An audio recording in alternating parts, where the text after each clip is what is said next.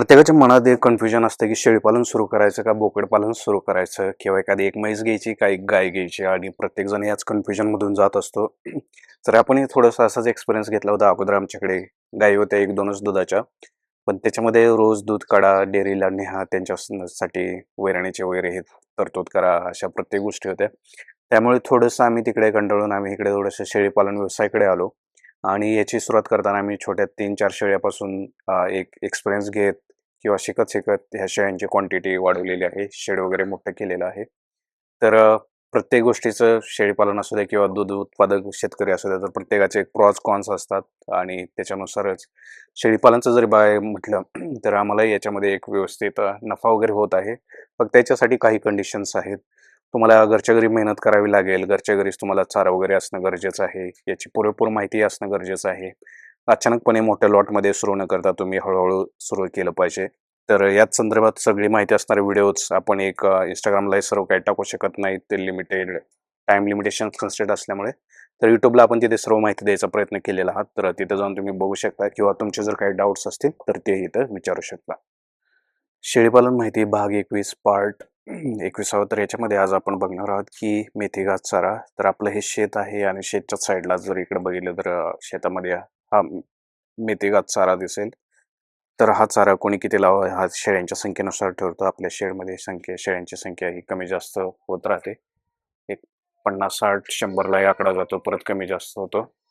तर तो मेथीचा चारा असणं तुमच्याकडे खूप गरजेचं आहे आणि तो मेथीचा चारा जवळच्या जवळ लावा. त्याला कमी प्रमाणात पाणी लागतं, त्याला जास्त फवारणी करावी लागत नाही. फक्त एकदा बी आणून लावणं गरजेचं आहे आणि ते बेची लिंकही मी तुम्हाला इथे अटॅच करून सांगतो. तर तुम्ही तिथून ते घेऊ शकता.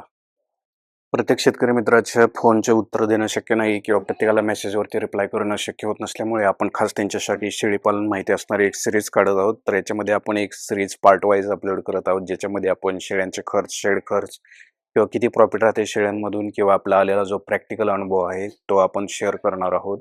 तर बरेच जण Instagram, Facebookवरचे व्हिडिओज बघून ते शेळीपालन सुरू करायला जातात, परंतु एक जी काही रिॲलिटी असते ते त्यांना माहीत नसते. तर त्याच संदर्भात आपण आपलं शेळीपालन केलेलं आहे. आम्ही त्याच फेजमधून गेलो होतो, परंतु आपल्याकडे आता रिअल अनुभव आहेत, रिअल एक्सपिरियन्स आहेत आणि आपण त्याच संदर्भात व्हिडिओ टाकत आहोत. तुमचे जे काही क्वेश्चन्स असतील तेही आपण कमेंटमध्ये विचारा. तर त्या प्रत्येक कमेंटला आपण एक व्हिडिओ किंवा रील बनवून त्याचंही उत्तर द्यायचा प्रयत्न करू. आणि Instagramला हे सर्व लाँग व्हिडिओ टाकणे थोडंसं इश्यू येत आहे. त्यामुळे सर्व डिटेल्स व्हिडिओची माहिती आपल्या YouTube किंवा Facebook पेजवरती असणार आहे. तर तुम्ही तिथे जाऊन ते बघू शकता. आणि ऑलरेडी आपली ती सीरीज स्टार्ट झालेली आहे. तर तुम्ही या चॅनलला जर लेटेस्ट कंटेंट मिस न करायचं असेल तर फॉलो वगैरे करू शकता. तर आपलं शेडमधील हे असं स्ट्रक्चर आहे आणि कोणाचे काही डाउट्स असतील तर विचारा.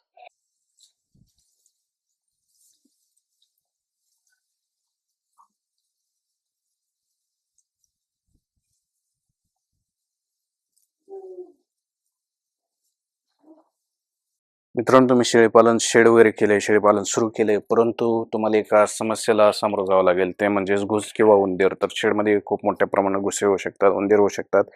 तर त्याच्यासाठीच आपण अशा प्रकारे पिंजरा आणलेला आहे आणि आपण तो शेतामध्ये किंवा शेडमध्ये ठेवलेला आहे. तर हे एक पिंजरा, ह्याला एक स्प्रिंग वगैरे असते, इथून हा ओपन होतो आणि याच्यामध्ये एक थोडंसं खाद्य वगैरे ठेवायचं. तर ज्या काही घुशी वगैरे असतात, हे शेडचं आमच्या शेडमध्ये अक्षरशः एवढ्या मोठ्या घुशी आहेत, की त्यांनी हे सिमेंटचं काँक्रीटसुद्धा उकरलेलं आहे. तर शेवटी ह्या पिंजऱ्याच्या सहाय्यानेच आम्हाला त्यांना पकडता आलं. काही-काही घुशी एवढ्या मोठ्या होत्या, की साधारण या पिंजऱ्यात पण मावत नव्हत्या. तर तुम्ही अशा प्रकारे एक पिंजरा आणा. कारण जे कोणी हे जेन्युइनली करतात आणि अशा समस्येपासून त्यांना सारखं असल्या संकटांना, अडचणींना तोंड द्यावं लागते. त्यांना माहीत आहे, की हे किती त्रासदायक आहे. तर एकदा तो पिंजरा आणून बघा आणि मग एकदा तुमचे रिझल्ट सांगा.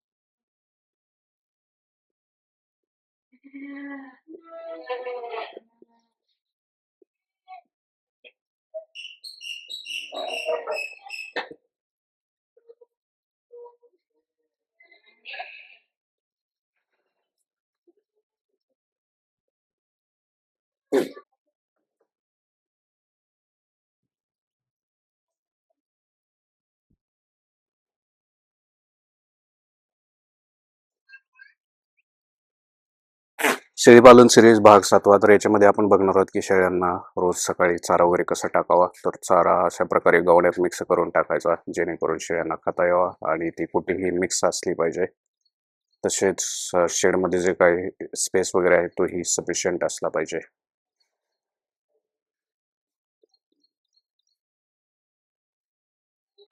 शेळीपालन सिरीज भाग 16वा किंवा सिरीज 16. तर याच्यामध्ये आपण बघणार आहोत की समजा एका शेळीला एक पिल्लू झाल्यापासून ते ते पिल्ले विकायला येईपर्यंत, मार्केटमध्ये जाईपर्यंत किती खर्च असू शकतो किंवा किती तुम्हाला इतर गोष्टींना, समस्यांना फेस करावं लागतं.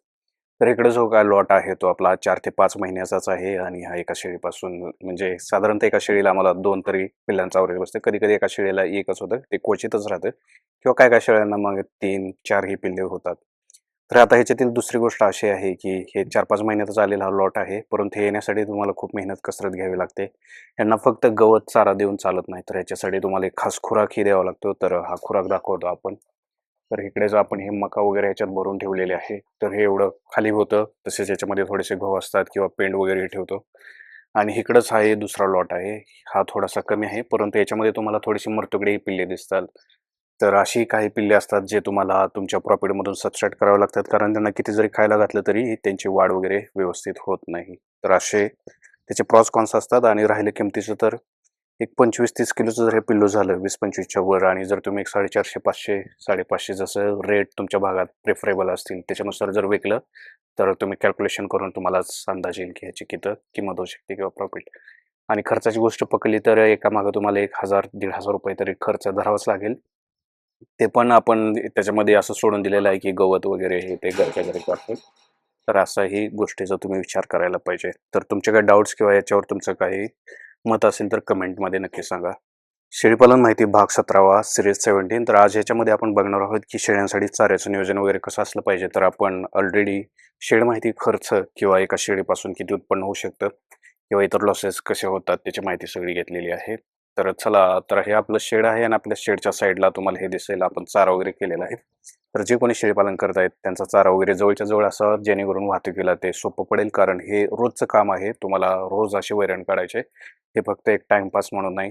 त्यामुळे जेवढं जवळ असेल तेवढं परत तुमचा त्रास कमी होईल. आणि तुमच्या शेतामध्ये ज्यावेळेस चारा वगैरे असेल, तर त्यावेळेस सुबाबूळ असली पाहिजे, तुती असली पाहिजे, नंतर गिनीगोल असलं पाहिजे, नेपियर गवत असलं पाहिजे, मेथी घास असलाच पाहिजे, मका असला पाहिजे, तुमच्याकडे मुरघास असला पाहिजे. रोज शेळ्यांना मका, गहू किंवा इतरही खुराक दिला पाहिजे पिल्लांना त्यांच्या ह्याच्यासाठी.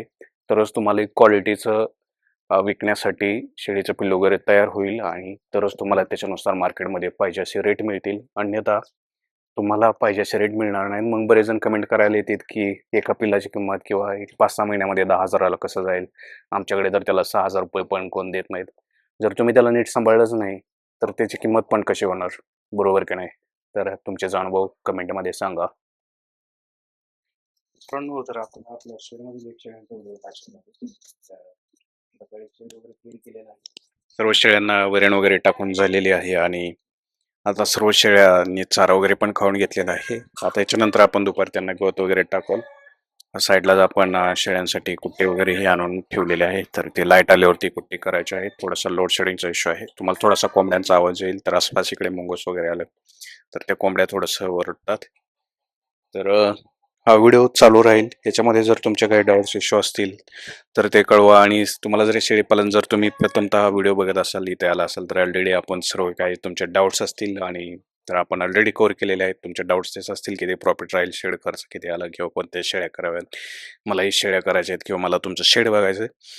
तर ऑलरेडी आपण ते सर्व डिटेल्स इथे व्हिडिओमध्ये दिलेलो आहोत. थोडासा ॲड्रेस वगैरे किंवा नंबर जर द्यायचा असेल तर थोडेसे ते देण्याबद्दल रिस्ट्रिक्शन्स येतात, कारण खूप सर्व कॉल्स येतात आणि आपण त्यांना सर्वांना आन्सर नाही देऊ शकत. तर ज्यावेळेस आपल्याला हे विकायचं वगैरे असेल त्यावेळेस आपण पोस्ट टाकत असतो आणि त्यावेळेस तुम्हाला तिथून तो रेफरन्स मिळेल. तर आपण हे बघावं असं हे आपलं प्रकाश शेड आहे. तिथंच एक मोठं जे तुम्हाला बोकड दिसतंय ते बिटल बोकड आहे. आणि तुमच्याकडे हे बिटल टाईपचं शेळीपालन आहे, बिटल प्लस उस्मानाबादी. तर आपण याच्यामध्ये एक्सपेरिमेंट वगैरे करत असतो सीझननुसार, चाऱ्यानुसार किंवा मार्केटला कशी डिमांड आहे त्याच्यानुसार मग हे सर्व काही चेंज होत राहतं आणि आपलं हे असं सुरू राहतं. तर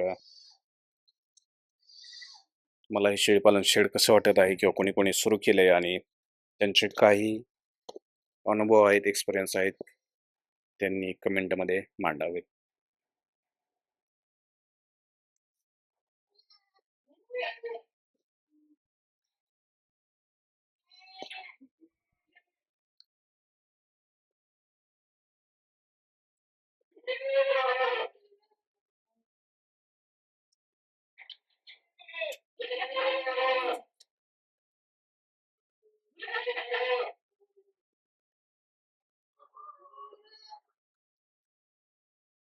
तर शेळ्या वगैरे करताना दुसऱ्या मित्रांनो इश्यू असा असतो की जे काही शेळ्यांना कप्पे केले, जाळी केले, थोड्या दिवसात आपल्या शेडमध्ये हा लॉट विक्रीसाठी येईल आणि जर विक्री करण्यासाठी जर याची किंमत असेल तर 500 रुपये किलो प्रमाणे आपण विकत आहोत. आणि मोस्टली काय होतंय की हे 500 रुपये म्हणजे जरी आम्ही किलोप्रमाणे सांगितले तरी इथं जर कोणी व्यापारी वगैरे आले आणि यांची जर क्वालिटी बघितली तर इव्हन आम्हाला ते 500 550 रुपयाने याचा माल जातो.